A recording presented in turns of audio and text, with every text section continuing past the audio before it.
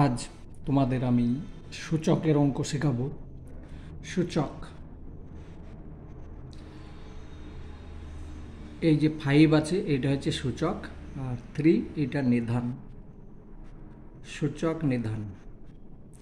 চলো, সমান ওপরে যেটা আছে সেটা লেখো, এর নিচের কাজটাকে প্রথমে করব। 3 পাওয়ার 5 গুণ 3 পাওয়ার 7। নিচে এই যে সংখ্যা আছে সম্পূর্ণ সংখ্যা ব্র্যাকেট দিয়ে স্কয়ার আছে, তাহলে এটা 2 টাইম লিখতে পারি। 3 পাওয়ার 5 3 পাওয়ার 5 এটা লিখতে পারি,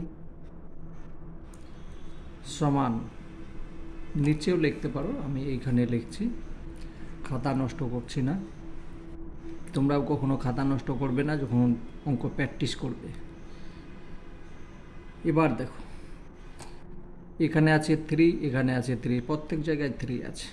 বেশ, এরকম যদি থাকে পাওয়ারগুলো যোগ হয়ে যাবে, সূচকগুলো যোগ হয়ে যাবে, নিধান যেটা আছে সেইটাই লেখা হবে। তাহলে 3 লিখলাম, পাওয়ার এখানে 5 আছে প্লাস 7, আর নিচে 3 তার পাওয়ার 5 প্লাস 5 এটা লিখতে পারি।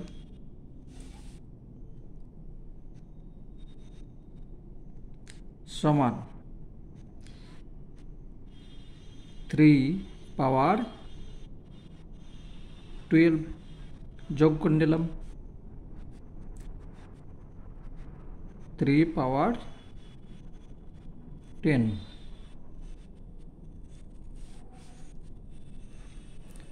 সমান,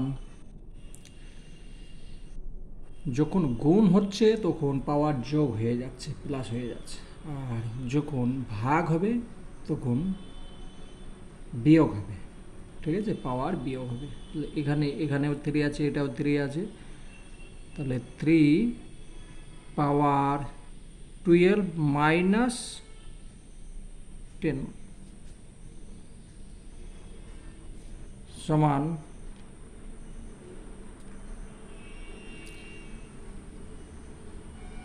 3 পাওয়ার 2। 12 থেকে 10 মাইনাস করলাম, 2 থাকলো। তাহলে এখানে উত্তরে আসছে 3 গুণ 3 মানে 9, এটা অ্যান্সার। ঠিক আছে, আশা করি বোঝা গিয়েছে।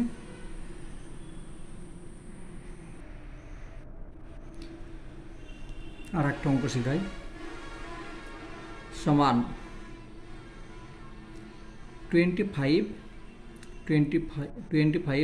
পাওয়ার হচ্ছে 2, 25 পাওয়ার হচ্ছে 4, আর এখানে 5 এর পাওয়ার হচ্ছে 9। এই সংখ্যাটা কি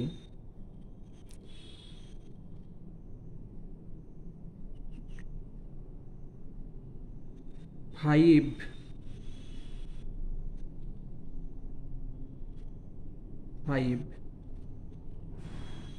এটা লিখতে পারি। ঠিক আছে, গুণ 5 পাওয়ার 4 এটাও লিখতে পারি, নিচে যেটা আছে থাক। হলো, এবার দেখো, সমান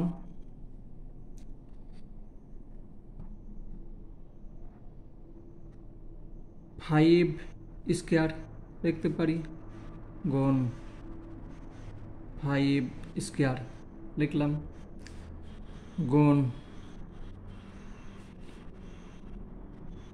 5 পাওয়ার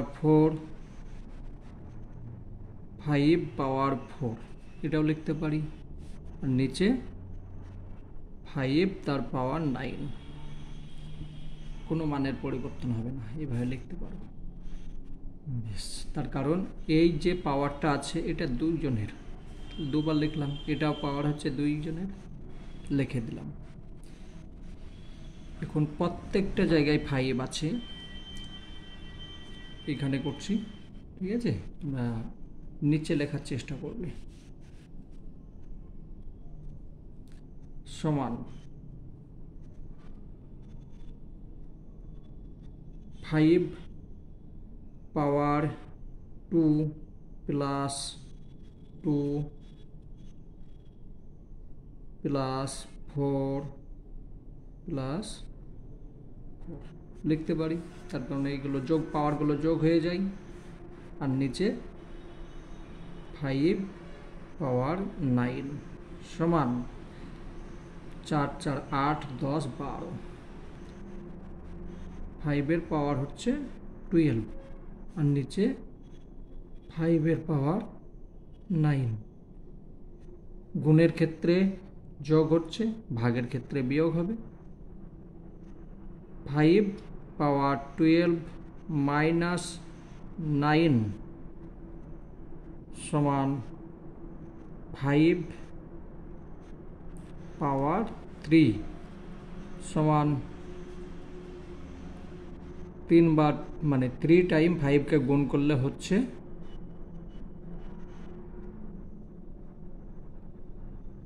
অ্যান্সার।